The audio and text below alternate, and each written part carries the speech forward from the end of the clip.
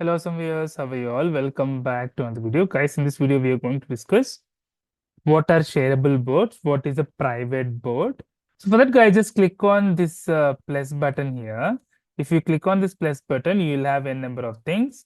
If you just click on this board, you'll have the main board, private board, shareable board, etc. We have created the main board, right? For this also, if you click on these three dots here, we can change the board type to shareable. Okay. If you change the board type to shareable, you can just click on the change board type to shareable. And also, if you click on plus button, if you click on board here, you can, let's say, if you click on new board, you can make a board as a private.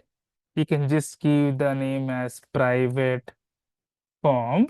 And if you just create a board, it will come in this particular left hand side.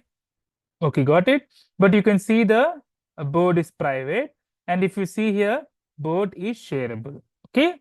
That's it for the video, guys. If you like the video, please click on like. If you're a new viewer, please click on subscribe. Till then, guys, take care. Have a great day. Bye-bye.